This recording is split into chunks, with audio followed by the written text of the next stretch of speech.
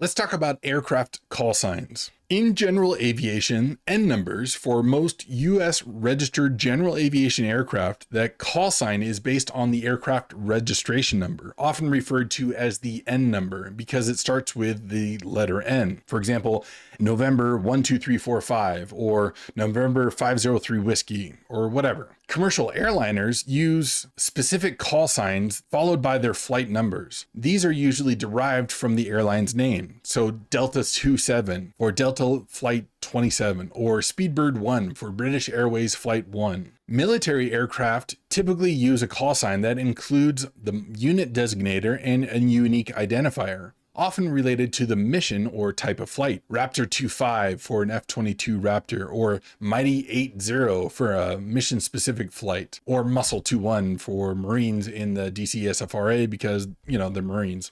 Muscles are required, but intelligence is not essential. Sorry if you're a Marine. Air Force One, for example, also uses Air Force One. If the vice president is on board, but not the president, then it becomes Air Force Two.